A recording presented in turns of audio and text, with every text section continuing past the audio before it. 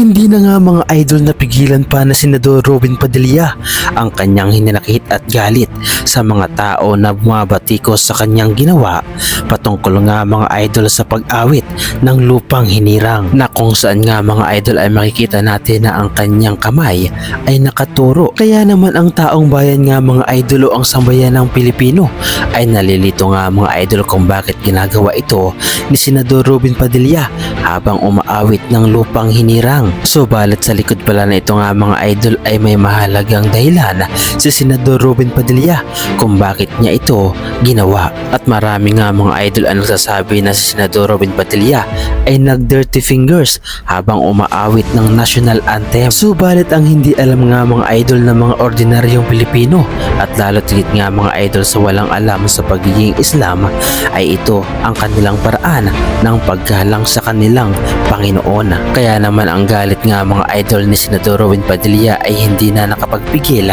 at talagang ito ay kanyang binuweltahan.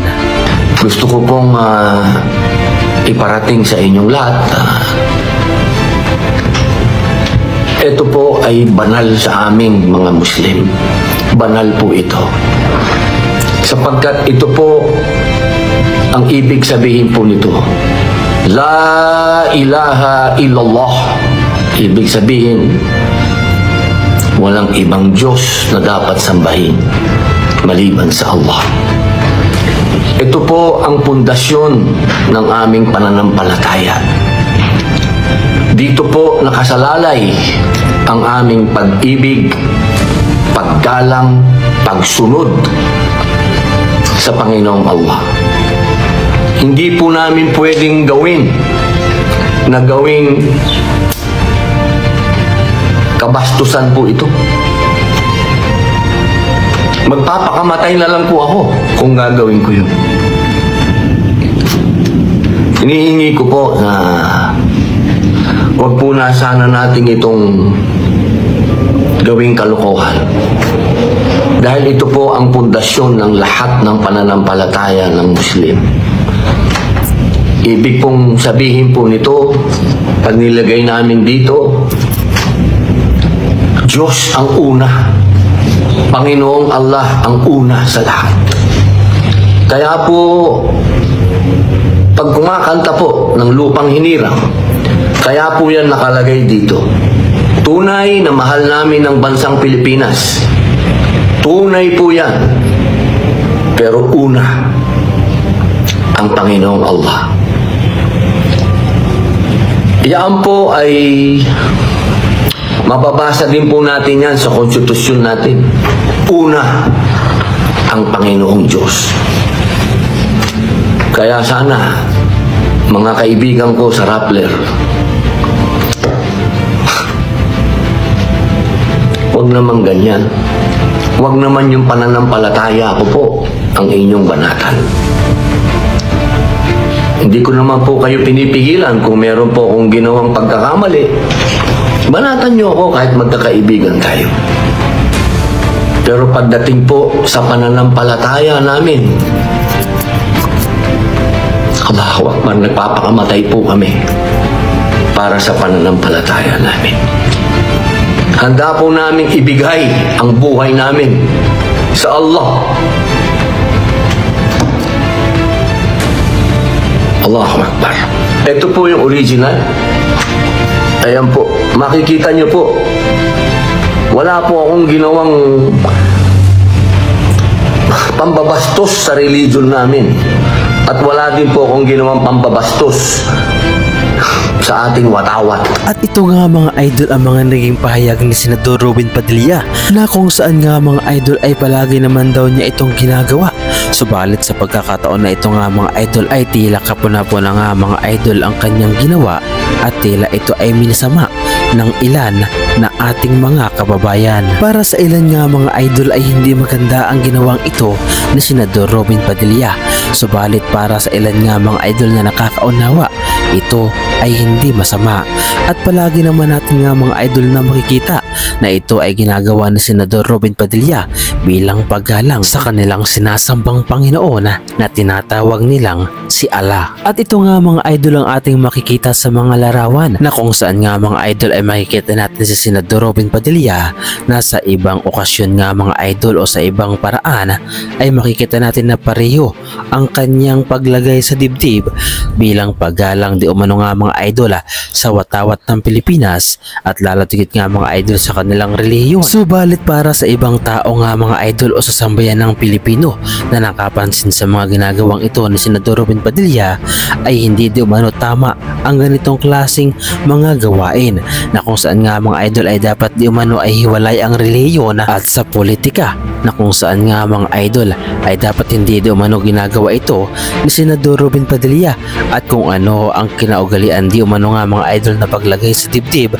ay dapat ganoon din ang ginagawa ni Senador Robin Padilla at hindi na nakalabas ang hintuturo. Subalit marami din nga mga idol ang nakaunawa kay Senador Robin Padilla at naniniwala nga mga idol na hindi magagawa ni Senador Robin Padilla na bastusin ang watawat ng Pilipinas. Kaya naman itong si Senador Robin Padilla nga mga idol ay naglabas ng hinanakit at saloobin sa Senado na kung saan nga mga idol para kay Senador Robin ay parang binabaliwala lamang di umano ng Senado ang nangyari at parang nagbigay siya ng hinanakit nga mga idol sa Senate President na si Senador Soto na kung saan nga mga idol ay sinasabi niya na bakit naman daw ganun, hinayaan na lamang daw di umano na maging kahihiya. Kaya naman ito nga mga idol ang mga naging tugon ni Senador Robin Padilla.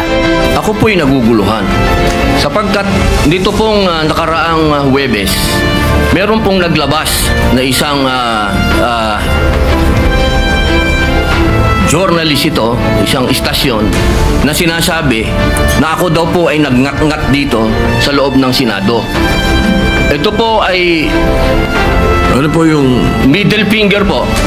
Habang tayo daw po ay nagsasagawa ng lupang hinirang, nagpa-flag ceremony, ako daw po ay nagngat-ngat.